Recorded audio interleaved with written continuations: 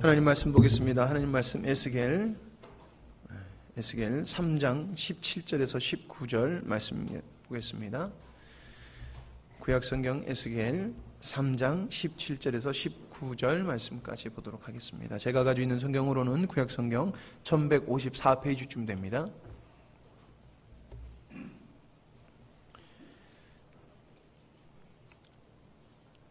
에스겔 3장 17절에서 19절 말씀입니다. 제가 읽도록 하겠습니다. 인자야, 내가 너를 이스라엘 족속의 파수꾼으로 세웠으니 너는 내 입의 말을 듣고 나를 대신하여 그들을 깨우치라. 가령 내가 악인에게 말하기를 너는 꼭 죽으리라 할 때에 내가 깨우치지 아니하거나 말로 악인에게 일러서 그의 악한 일을 떠나 생명을 구원하지 아니하면 그 악인은 그의 죄악 중에서 죽으려니와 내가 그의 핏값을 내 손에서 찾을 것이고 내가 악인을 깨우치되 그가 그의 악한 마음과 악한 행위에서 돌이키지 아니하면 그는 그의 죄악 중에 죽으려니와 너는 내 생명을 보존하리라. 아멘. 성가대. 오늘 말씀의 제목은 이 시대의 파수꾼은 누구인가입니다. 이 시대의 파수꾼은 누구인가.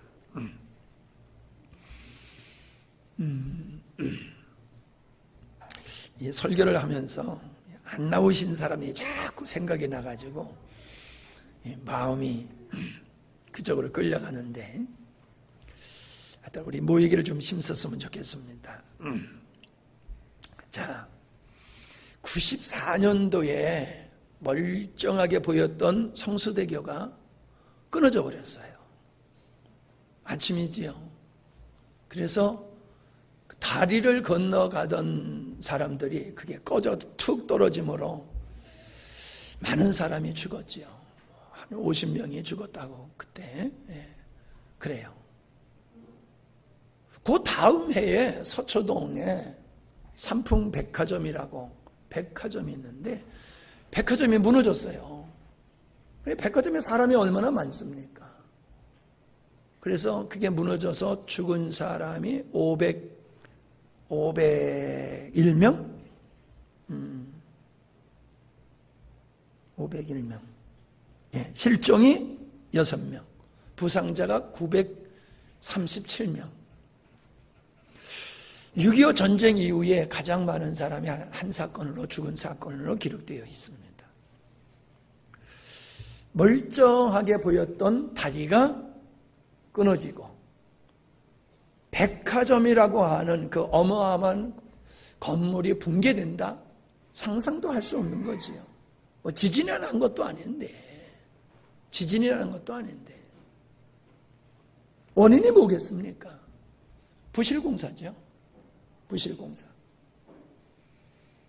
철근에 들어가야 되는 거를 철근을 빼먹고 시멘트를 뭐 덜 넣고 뭐 그런 거지요. 예. 또 원인이 뭘까요? 항상 점검을 하지 않습니까? 점검을 제대로 안 했다는 거지요. 제대로 점검했으면은 이 건물이 무너질 수밖에 없다는 것을 진작에 밝혀가지고 그런 그 참사를 모면할 수가 있는데 그러지는 못한 거지요. 안전불감증, 문제가 있지만은 괜찮을 거야. 뭐 이 정도면 괜찮을 거야. 무너지기 전까지 사람들은 그렇게 머뭇머뭇거렸다는 거예요. 안전불감증, 이 세 가지에 의해서 인재가 발생했다라고 하는 거예요. 이 사건을 보면서 한 개인의 인생도 부실공사가 되어지면은 그렇게 멀쩡하게 보였던 사람이 갑자기 자살을 하고 아주 행복하게 사는 줄 알았더니 갑자기 그 가정에 파탄이 오는 일들이 벌어지는 거지요. 예. 늘 우리는 우리의 자신, 우리의 가정, 이 사회, 우리의 믿음의 체계를 우리는 점검을 해야지 됩니다. 근데 모든 사람들은 항상 자기는 옳다고 생각해요. 문제가 있으면 너에게 있는 것이고 이 사회에 있는 것이지 내게 있다고 생각하지 않습니다. 그게 착각이고 속어 사는 거지요. 천재는 막을 수 없지만 인재는 얼마든지 막을 수 있습니다. 우리의 삶이 인재가 될 수 있어요. 우리의 믿음의 생활이 인재가 될 수 있어요. 얼마든지 많이 할 수 있는 기회가 있는 거예요. 주님은 돌이키라고 우리에게 계속 말씀을 하시고 계시는데 그때 돌이키면 되는 겁니다. 우리는 끊임없이 불조심해야 된다고 그러죠. 그리고 문단속 하시고 오셨죠? 문 열어놓고 오신 분. 문 열어놓고 오신 분 하나도 없네. 예. 나는 늘 문 열어놓고 살아요. 예. 뭐 여기서 문 잠궈놓고 살아봤댔자 뭐예요? 근데 여러분은 아마 철저히 문단속을 하셨을 거예요. 우리는 국가라고 하는 측면에서도 문단속을 잘해야 돼요. 영적으로는 우리의 마음에 문단속을 잘해야 돼요. 안전불감증, 즉 괜찮다라고 하는 이 안전불감증, 전에도 그랬는데 설마 이 대한민국이라고 하는 배가 침몰할 수 있을까 설마? 이런 것.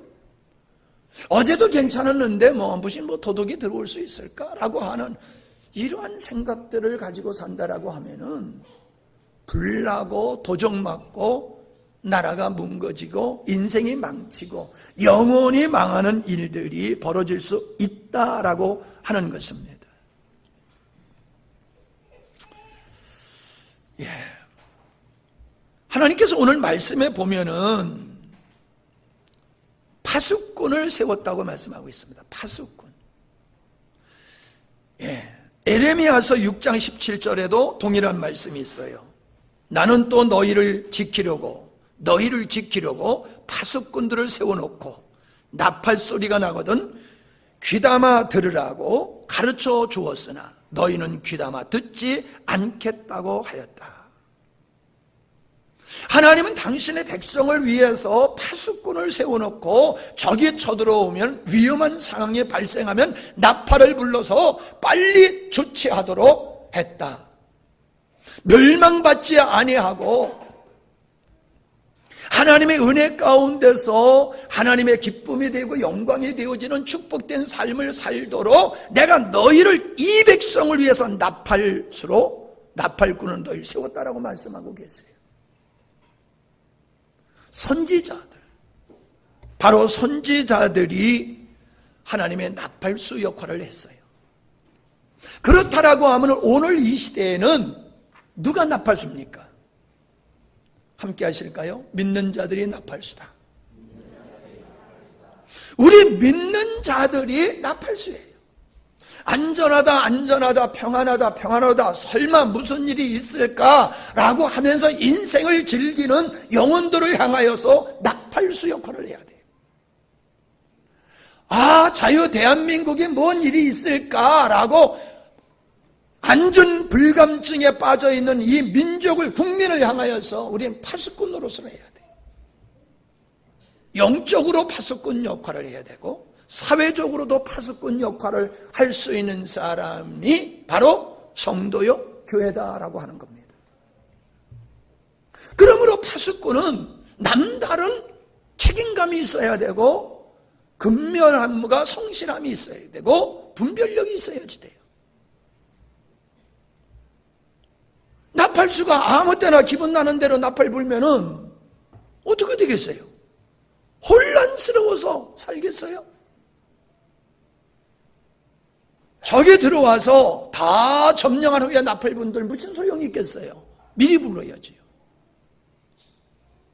우리 교회라고 하는 존재는 영적으로 먼저 구원받은 성도는 영적으로 이 시대를 분별할 수 있는 분별력과 깨어있음이 있어야 됩니다. 분별력과 깨어있음. 이 사회를 보는 눈이 세상 사람들과 같으면 안 돼요. 정치인의 눈도 아니에요. 경제인의 눈도 아니에요. 우리는 하나님의 눈으로 이 시대를 바라봐야 됩니다. 모든 사안을 놓고 보면은 흑백으로 갈리는 것 같이 이게 달라요. 여당이 하는 말과 야당이 하는 말이 달라요. 왜? 관점이 다르잖아요. 근데 더 무서운 건 뭐냐 하면은 잘못된 관점에서 보는 것과는 엄청난 결과를 초래한다는 거예요. 잘못된 관점. 어느 관점이냐라고 하는 것도 중요하지만은 잘못된 관점이냐, 바른 관점이냐. 우리 성도들은 내가 당하고 있는 어떤 사안과 사건들을, 우리 주변에서 벌어지는 모든 일들을 환경적으로 보면 안 돼요. 하나님의 관점에서 봐야 될 줄 믿습니다. 하나님의 관점에서 봐야 돼요. 이 시대를 하나님의 관점에서 봐야 돼요. 나의 삶 속에서 벌어지는 일들을 하나님의 관점에서 봐야지 돼요. 그래야지 우리 바르게 보는 거예요. 그래야지 바른 나팔수가 될 수 있는 거예요. 도적이 들어와서 우리 아이들을 다 망치는데 그거 보고 멀뚱멀뚱 있는 부모가 어디 있겠어요? 강도가 들어와서 우리 자녀들을 다 망치는데 보고 있을 부모가 어디 있냐 말이에요. 근데 분별력이 없으면은 그렇게 되는 거예요.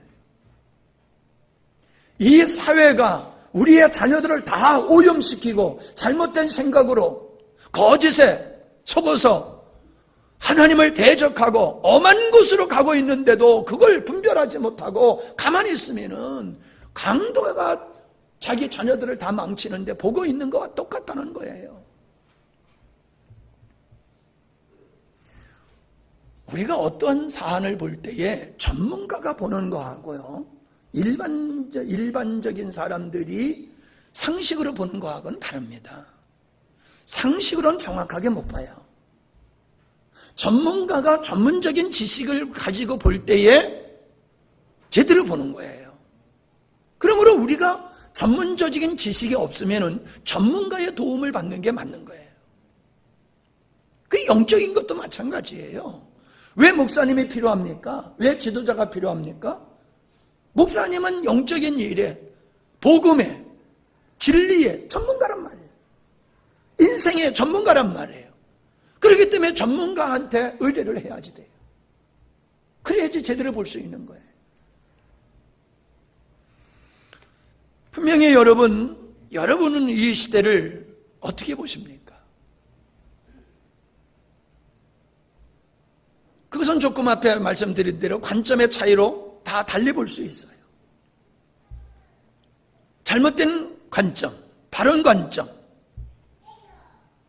전문적인 지식, 일반적인 상식, 이런 것에 의해서 우리가 지금 이 사회를 보는 견해가 다를 수 있어요. 그러나 우리는 주님의 마음을 가지고 이 사회를 보면은 보다 더 정확하게 볼 줄로 믿습니다. 보다 더 정확하게 볼 수 있어요. 지혜자는요, 말을 듣기보다는 그 말의 의미를 분석하고 판단을 합니다. 이 사람이 이 말의 진의가 뭐냐를 보는 거예요. 그게 지혜자예요. 어리석은 자는 그냥 소리만 들어요, 소리. 에어컨을 설치를 했거든요, 어제 비로소. 근데 그거를 설치하는 사람이 와서 보고는 하는 얘기가, 지금 이렇게 위로 손이 이렇게 가지 않습니까? 위로 와서 지붕 위로 해서 저쪽 뒤로 나가고 있단 말이에요. 작업하기가 나빠요. 근데 이분이 와서 하는 얘기가, 이렇게도 할 수 있지만 여기를 뻥 뚫어가지고 바로 그냥 방으로 해가지고 저리 나가게 하는 것도 괜찮습니다. 좋습니다. 그래요. 그러면 방으로 관이 나가면은, 방에 관이 있으면 여러분 생각해 보세요. 얼마나 불편합니까? 그 부분만큼, 관이 나가는 부분만큼은 불편하고 그건 사용 못할 수가 있잖아요. 어느 작업하는 사람이 그렇게 하는 작업을 봤습니까? 다 위로 빼서 작업하기 나빠도 위로 하지요. 가만히 보니까 이 사람이 나를 뭘로 보는 건가 하는 생각이 들어요. 예? 자기 편하다고 지금 나를 꼬시고 있더라고요. 예. 기분이 좀 약간 좀 거시기했어요. 예. 근데 또 와가지고 설치하러 와가지고 또 딴소리를 해요. 예. 거기까지는 내가 좀 더 나가면 안 될 것 같으니까 제가 거기까지만 얘기하겠습니다. 제가 마음이 많이 상했었어요. 이 사람이 완전히 자기 좋은 대로 사람을 가지고 노는구나. 말 자체를 들으면 문제가 없어요. 근데 그 사람이 하자는 대로 해놓고 보면은 자기는 좋을지 모르지만 우리는 두고두고 불편한 거예요. 우리가 불편한 걸 요구하더라도 그렇게 하면 안 됩니다. 그렇게 하면은 이런 불편 사항이 있기 때문에 이렇게 하는 게 맞습니다라고 해줘야지. 그러니까 사람이 살아가면서 말을 할 때 그 사람이 어떤 의도를 가지고 말을 하는지를 그걸 들어야 돼요. 아멘? 무슨 의도를 가지고 저 사람이 어떤 마음을 가지고 이 말을 하는지를 그거를 읽어야지 그거를 읽지 아니하고 엄한 말만 듣다 보면은 당하게 되는 거예요. 이 땅에 얼마나 소리가 많습니까? 진리라고 말하는 소리가 얼마나 많습니까? 방송을 통해서 나오는 모든 이야기들이 진리라고 얘기하지만은 그걸 믿는 사람은 어리석은 사람입니다. 기독교 신문조차도 내용을 보면요 뻥튀기가 많아요. 뭐 거짓말이라고 말할 수는 없지만은 뻥튀기가 많아요. 가장된 게 훨씬 풍성한 게 그걸 알아요. 하물며 일반적인 매스컴이라고 하는 것은 상당한 자기들의 이익을 대변하는 어떤 역할로서 언론들이 쓰여지고 있다는 것을 조금 생각하는 사람은 다 압니다. 아무런 생각 없이 보고 듣는 사람은 거짓에 속게 돼 있어요. 사람은 보는 대로 생각하게 됐고 듣는 대로 믿게 되어 있어요. 그냥 거짓말도 자꾸 들으면 그걸 진실로 믿게 돼 있는 게 이게 사람의 심리예요. 여러분 대중을 속이는 거 간단합니다. 대중을 1대1로 속이려고 그러면 불가능하지요. 근데 방송에서 계속 잘못된 이야기를 계속 반복해서 하면요 대중이 그걸 듣고 나중에는 그걸 다 믿어요. 그걸 다 진실로 믿어요. 나는 아니라고 생각하지만은 사실 그게 속은 자의 모습이에요.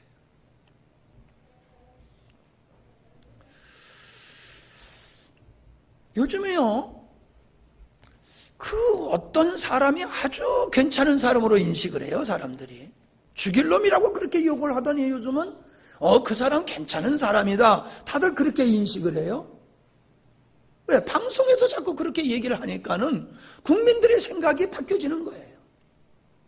여러분 강도짓을 하고 못된 짓을 하던 사람이 어느 날 웃고 다닌다고 해서 그 사람이 착한 사람으로 바뀌어진 겁니까? 지나가던 아이에게 그전에는 뺨 따고 때리더니 지금은 그냥 손 흔들고 간다고 그 사람이 변화된 겁니까? 우리가 이렇게 어리석어요. 그 사람이 마음이 바뀌어져야지요. 얼굴 표정이 바뀌어졌다고 해가지고 그 사람을 믿는다라고 하면 어리석은 사람이지요. 마음이 바뀌어졌어야지 마음이. 근데 많은 사람은 저 사람 맨날 인상 쓰고 다니더니 아침마다 웃고 생글생글 웃고 왜 웃는지를 알아야지요. 예? 웃고 다니면 다 착한 사람이에요? 말 잘하는 게 진실한 사람이에요? 거짓말장에 사기꾼이 말을 얼마나 잘하는데요. 그러니까 다 속고 넘어가지요. 이 땅에 공의가 무너지게 되어지면은 사회는 무너지는 겁니다. 공의. 그래서 법이 정확하게 집행이 되어야지 되는 거예요. 우리는 우리의 정체성을 지켜야 되고 대한민국의 정체성을 지켜야 되는 겁니다. 대한민국의 정체성은 자유민주주의 체계 위에서 자유경제, 이게 대한민국의 정체성이에요. 이런 체계는 믿음을 보장합니다. 신앙의 자유를 보장합니다. 왜 우리의 자유민주주의를 우리가 사수하려고 합니까? 그 속에서만이 신앙이 가능해요. 저는 개인적으로 솔직히 말을 하면요, 전 사회주의가 더 좋습니다. 왜? 그게 성경적이에요. 어떻게 보면. 그러나 사회주의를 추구하는 사람은 신앙을 용납하지 않아요. 하나님을 부정합니다. 신앙의 자유를 박탈합니다. 저는 모두가 공평하게 사는 사회는 사회 제도에 있다고 보지 않습니다. 사람의 마음에 있는 거지요. 제도를 뜯어 건치려고 들지 말고 인간의 탐욕스러운 우리의 마음을 건쳐야 될 줄로 믿습니다. 탐욕을 가지고 있으면은 어떤 제도 속에서라도 못된 짓을 다 해요. 못된 짓을 다 해요. 우리가 살고 있는 이 사회를 한 단면만 말씀드릴게요. 지금 우리가 살고 있는 사회가 이런 사회입니다. 송갑석 의원이라는 사람이 이런 말을 했어요. 북한은 정의와 자주권이 보장되어 있는 한반도의 유일한 정통 정부이며 북한에 의한 통일만이 진정한 조국 통일이다. 놀라 자빠지는 사람 하나도 없네. 북한은 정의와 자주권이 보장되어 있는 한반도의 유일한 정통 정부이고 북한에 의한 통일만이 진정한 조국 통일이다. 대한민국을 완전히 부정하는 사람이 국회의원으로 지금 있다는 거예요. 주체 사상을 추앙하는 사람들이 청와대 비서실에 17명인가가 들어가 있대요. 간첩 신영복을 존경하는 사상가라고 대통령이 말을 하고 있습니다. 여러분, 이걸 어떻게 여러분은 생각하십니까? 저는 큰일 났다고 생각합니다. 여러분은 어떻게 생각하십니까? 저쪽은 하나도 변화되는 게 없는데 우리만 계속해서 변화되고 있어요. 창문을, 울타리를 치워버리고 대문도 치우고 울타리도 치우고 현관문에 자물쇠도 없애버리고. 왜? 평화. 우린 평화를 약속했기 때문에 이제는 대문도 울타리도 필요 없다, 현관문도 필요 없다, 다 문 열어놓고 살아도 괜찮다, 이런 논리를 가지고 산다라고 하면은 어떻게 되겠어요?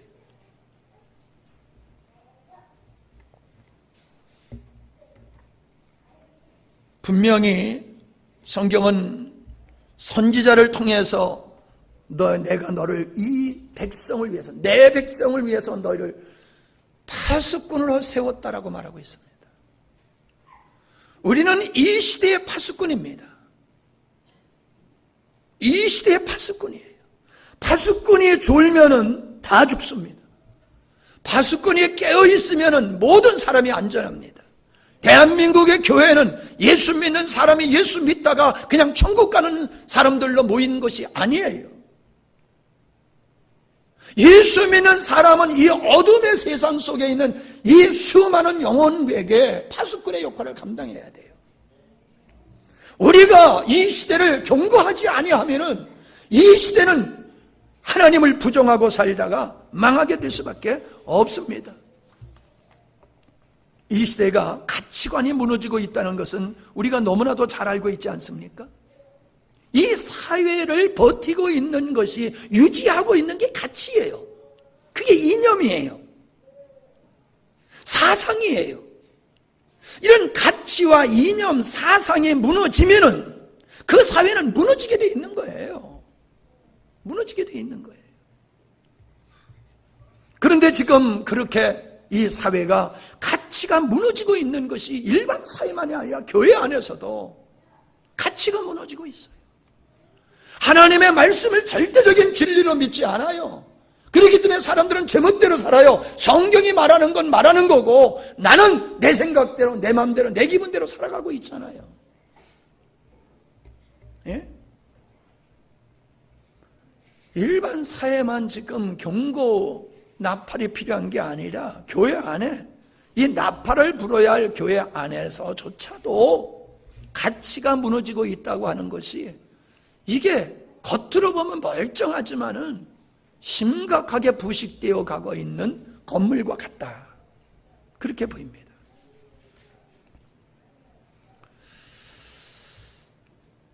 자, 에레미야서 6장 25절과 26절을 보면 주님의 마음이 거기 나와요. 아니. 주님의 마음이 나오는 게 아니라 하나님은 계속해서 나팔수로 파수꾼을 보내셨다는 게 나와요.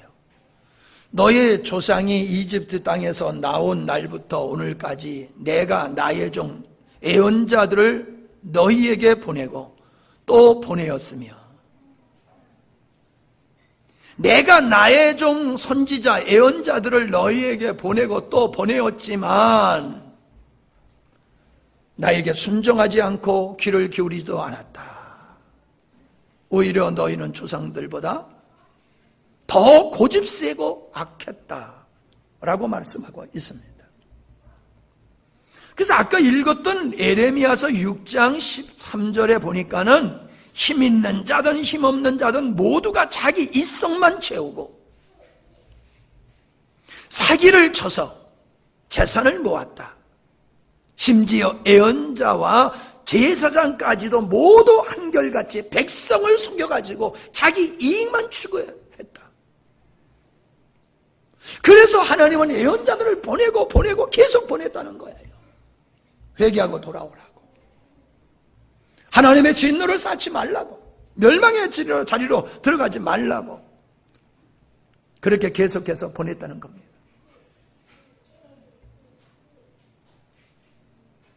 이 시대가 오직 모든 사람들은 재산을 모으는데 혈안이 되어 있어요. 나라가 망하든 말든 나만 잘 먹고 잘 살면 된다. 이게 망할 생각이지요. 이런 생각을 대다수의 국민이 가지고 살고 지도자들이 그런 생각을 가지고 지도자로서의 자리에 앉아 있다고 하면 나라 망하는 건 그건 시간 문제지요. 교회가 교회다운 것은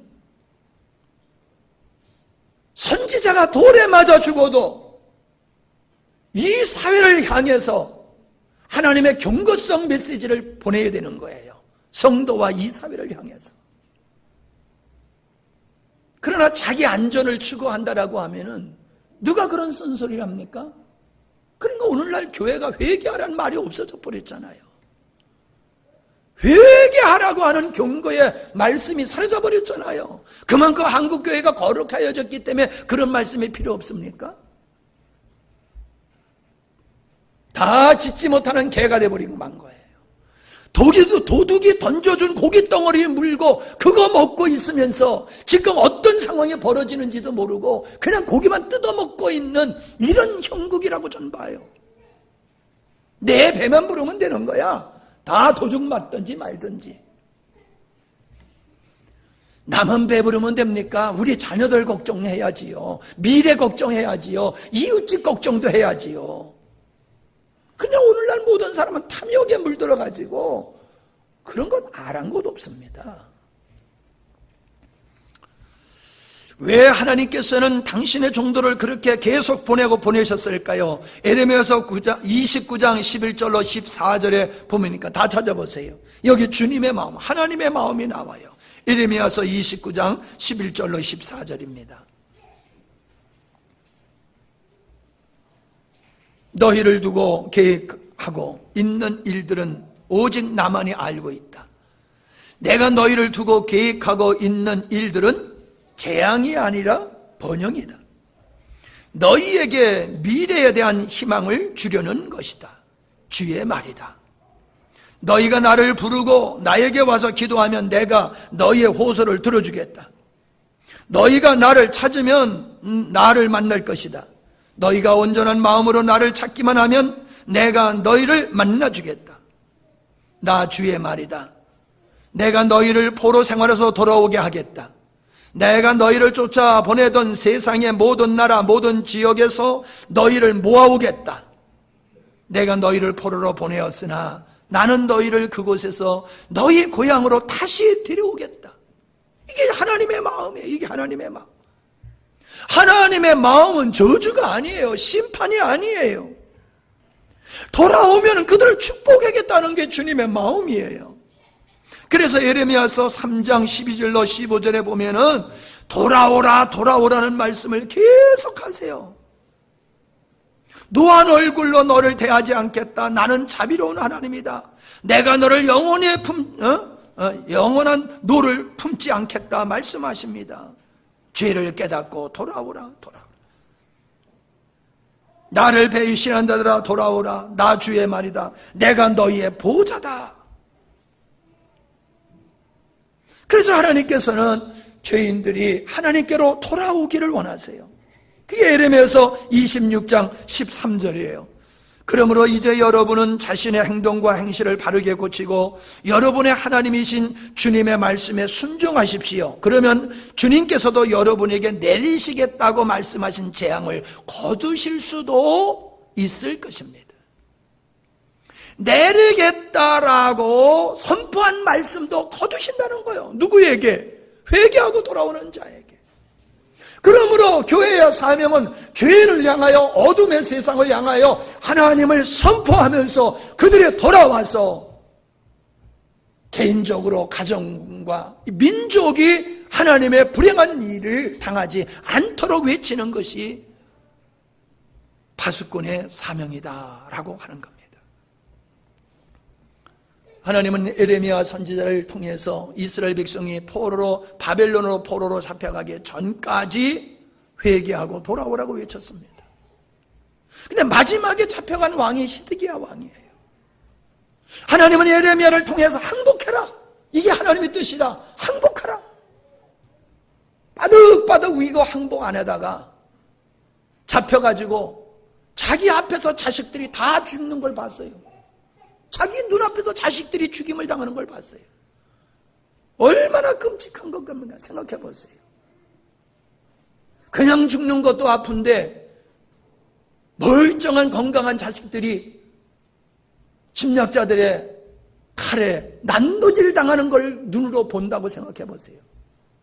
그리고 본 다음에는 두 눈이 뽑혔어요. 그리고 쇠고랑이에 채워가지고 짐승과 같이 바벨론으로 끌어가지고 죽도록 거기서 살다가 끝장났잖아요. 그런 일이 당하지 아니하도록 그렇게 돌아오라고 했지만은 불순종한 결과가 그거였단 말이에요. 하나님을 믿어야 된다고 그렇게 외쳤지만은 이들이 그 경고성을 듣지 아니하고 하나님을 배척함으로 영원한 멸망을 당할 수밖에 없는 거예요. 좀 더 졸자, 좀 더 눕자.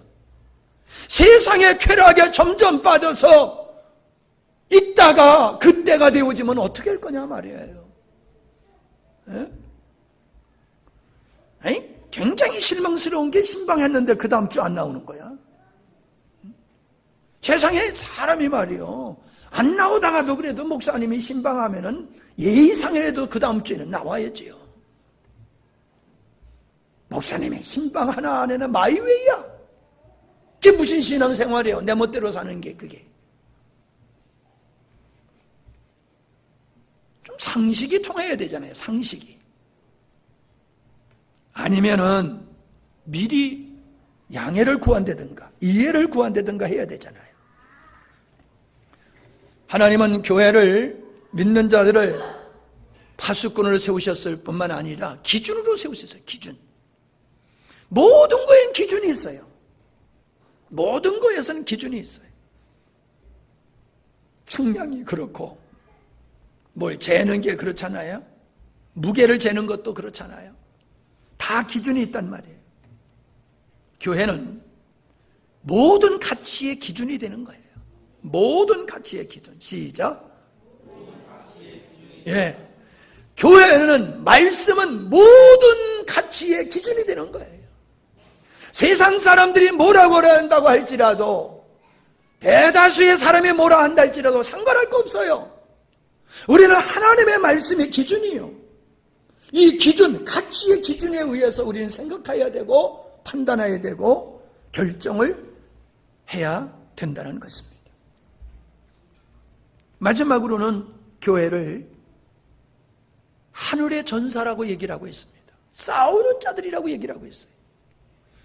여러분, 교회는 평화를 추구하는 자라고 오해들을 하시는데, 여러분, 교회가 평화를 원하는 거예요. 평화를 이야기하는 것은 잘못 오해하면 안 돼요. 평화가 유지되어지는 방법은 여러 가지잖아요. 근데 우리는 불의와 타협해서라도 평화로우면 그게 맞는 줄 알아요. 우리는 성경에서 불의와 싸우라고 얘기하지 불의와 타협하라고 말하고 있지 않아요. 죄와 싸우라고 말하고 있지 죄와 타협해서 평안을 누리라고 말하고 있지 않아요. 근데 전쟁을 하면은요, 경주하는 거하고 전쟁은 다르지요. 경기를 하는 거는 패해도 다음에 만회할 기회가 있어요. 지난번에 졌지? 이번에는 우리가 이길 거야. 그게 가능한 거예요, 경기는. 그런데 전쟁은 어때요? 지면은 죽는 거예요. 믿음의 생활은 영적인 전쟁이에요. 육적인 전쟁이 아니라. 그래서 믿음에 실패하면 영혼이 죽고 인생이 망치는 거예요. 인생 다시 살 수 있어요? 인생을 예양 연습하듯이 다시 살 수 있어요? 안 되잖아요. 믿음의 생활을 실패하면은 인생이 망치는 거고요. 영혼을 망치는 거예요. 이 싸움은 반드시 이겨야 될 싸움이지 양보하거나 좋은 게 좋지 할 수 있는 게 아니라는 것입니다. 우리는 이 땅에 잘못된 하나님을 부정하는 사조와 싸워야 됩니다. 그래서 대다수의 사람이 지지하는 사상이라 할지라도 우리는 그것을 성경에서 아니라고 하면 아니라고 말해야 돼요.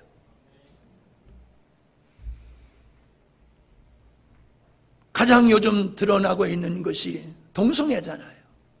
성소수자 보호법이라고 해서 아주 의로운 척하면서 떠들고 있는 이것이 대부분의 사람이 지지하고 있어요. 정치 지도자들이 그걸 옹호하고 있어요. 앞에서 조장해 나가고 있어요. 우리가 그걸 죄라고 말하면 사람이 우리를 싫어해요. 그래도 우리는 그걸 죄라고 말해야 돼요. 세례 요한이 왜 죽임을 당했습니까? 헤롯 왕이 못된 짓을 하니까 그거 지적하다가 죽임을 당했잖아요. 이사야가 왜 토백혀서 죽임을 당했습니까? 그 시대의 죄악성을 지적하니까는 사람들이 잡아다 죽였잖아요. 톱으로 켜 죽였다고요. 전설에서는 그렇게 말하고 있어요. 에리야의 선지자가 왜 그렇게 많은 위험을 당했습니까? 백성들에게. 하나님의 말씀을 전하니까는, 죄를 지적하니까는 그들이 싫어해서 그랬어요. 그러나 보세요. 나단 선지자의 이 충언으로 말미암아, 나팔수로 말미암아 다윗이 살아났습니다. 요나의 선포로 말미암아 니느웨 성이 멸망당할 그 니느웨 성이 구원을 받았지 않습니까? 회개하라 외친 예수 그리스도의 외침을 통하여서 죄인들이 주님께 돌아와 구원을 받았지 않습니까? 세상 사람들이 생각하는 것이 그게 하나님의 말씀을 근거한 것이 아니란 말이에요. 그게 잘못된 거예요. 아무리 많은 사람이 지지를 해더라도 우리는 그것을 아니라고 말할 수 있어야 됩니다. 성경은 원수가 내 집안 식권이라 라고 했습니다. 우리가 예수를 믿으면 가정에서 분란이 일어납니다. 분란이 일어나요. 전쟁이에요. 우린 그 전쟁 해야 됩니다. 그래서 진리를 사수해서 내가 믿음을 가져서 구원을 받아야 되고 가정을 세워야지 돼요. 그러니까 내가 그를 이김으로 그 영혼도 구원해내야 되는 거예요. 평안이 좋다고 그냥 타협하고 사는 것은 항복하는 겁니다. 영혼을 팔아버리는 겁니다. 교회는 불의와 싸워야 됩니다. 3.1 독립운동을 주도한 것이 교회라는 것을 누구나 다 잘 알고 있습니다. 신사 참배가 죄악이라고 선언한 모든 우리의 믿음의 선진들은 크나큰 고초를 당하고 죽임을 당했습니다. 이것은 정치에 참여하는 게 아닙니다. 이것은 진리를 사수하는 겁니다. 믿음을 지키는 행위입니다.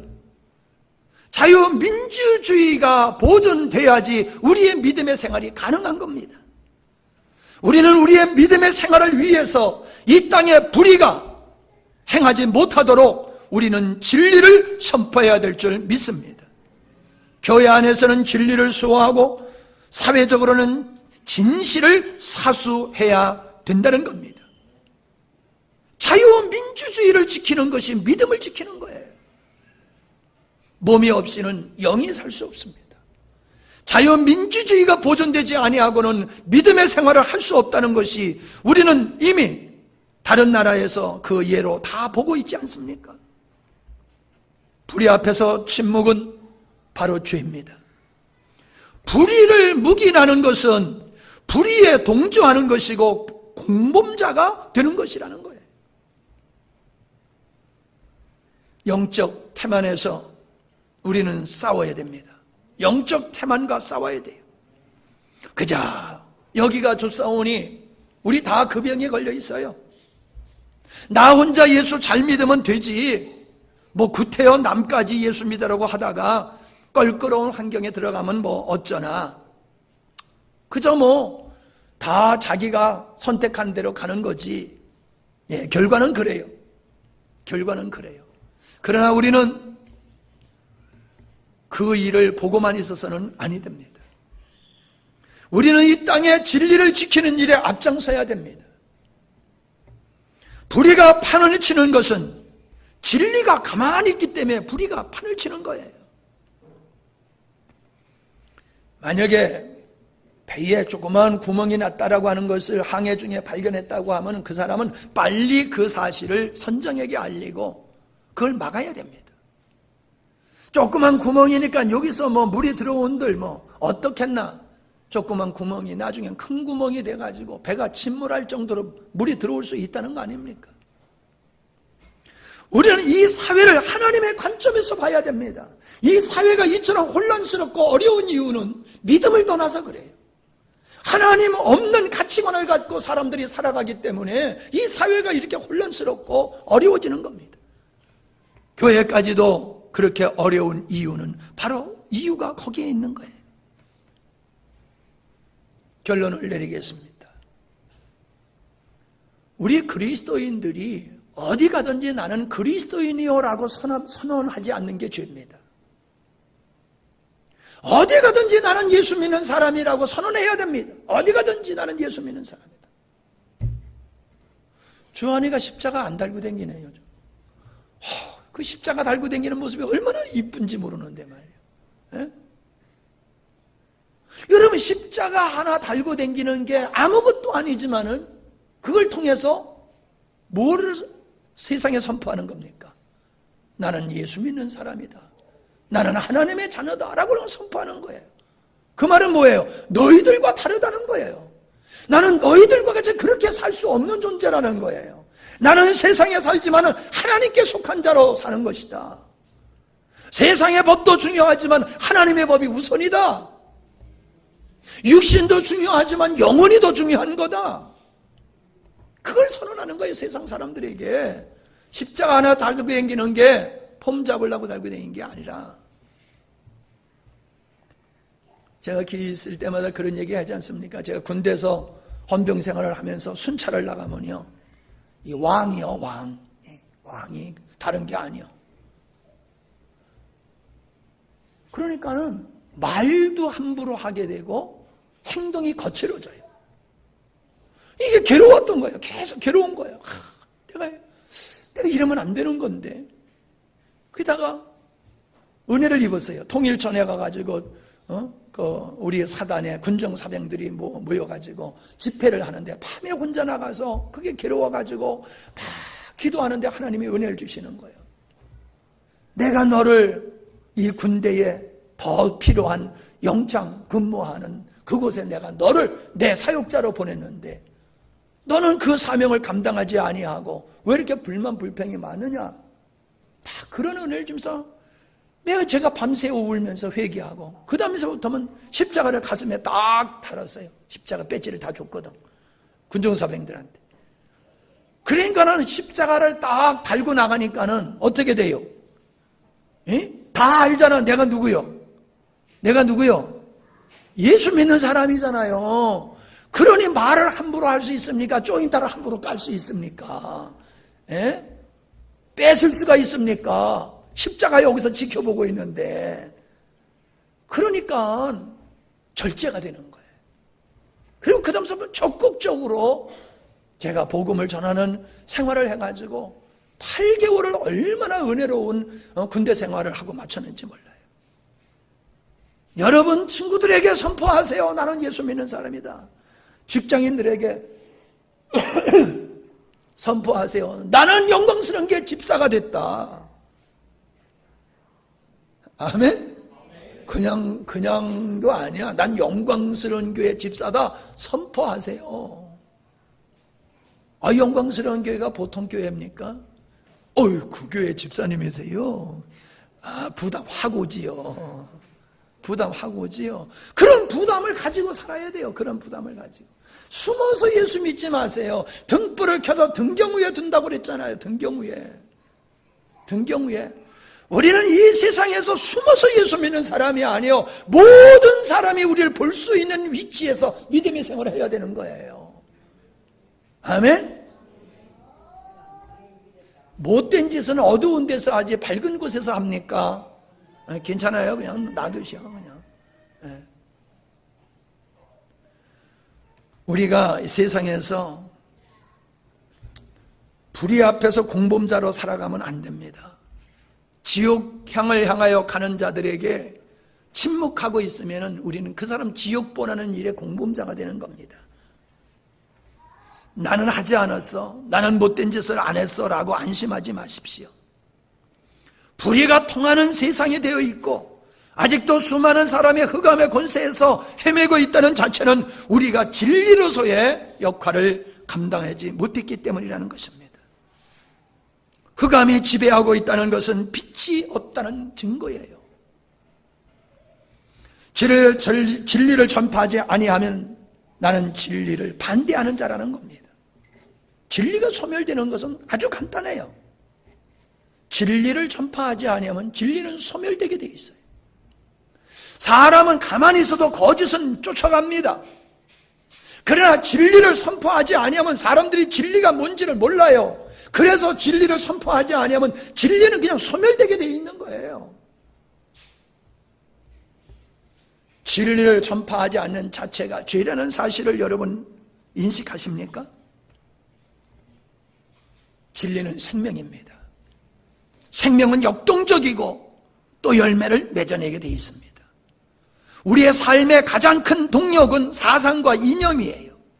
자기 탐욕을 채우기 위해서는 사람들은 무슨 짓이든지 다 합니다. 그러나 이것을 능가하는 것이 믿음이고 생명임을 믿으시기를 바랍니다. 하나님의 생명이 우리에게 나타나지 않는다는 것은 생명, 진리를 그냥 이르로만 가지고 있기 때문입니다. 우리는 하나님의 생명이 우리의 삶을 치료하고 이 민족을 치료하고 구원하는 역사가 있도록 나팔수가 되어야 될 줄로 믿습니다. 기준이 되어야 될 줄로 믿습니다. 싸워야 될 줄로 믿습니다.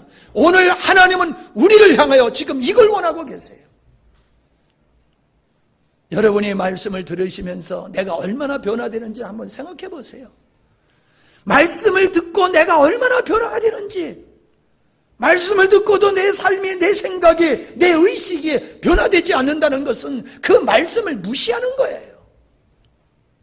거절하는 거예요. 하나님의 말씀이 살아있는 말씀으로 내 삶 속에서 운행할 때에는 우리의 생각이 바뀌어지고 우리의 가치관이 바뀌어지고 우리의 삶의 습관이 바뀌어지게 되어 있어요. 아멘? 오늘 우리가 겪고 있는 모든 개인적이고 사회적인 고통은 하나님의 말씀에 근거하지 않는 원인 때문에 있는 거예요. 말씀으로 돌아가는 역사가 있기를 바랍니다. 하나님께로 돌아가는 역사가 있기를 원합니다. 정신 차려 아멘 하세요. 맨날 얘기해도 그 모양 그 꼴이야. 변화가 되어지요. 하나님의 말씀을 생명이라고 그랬어요. 말씀을 그냥 듣는 것으로 내 책임과 의무를 다 감당했다고 생각하지 마세요. 말씀 앞에 우리가 깨져야 됩니다. 말씀 앞에 부서져야 됩니다. 그리고 말씀으로 새로워지는 역사가 일어나야 됩니다. 그래야지 사는 거예요. 아멘? 볼게요. 볼 거라. 정영희 형제가 어떻게 바꿔질까 볼 거라 내가.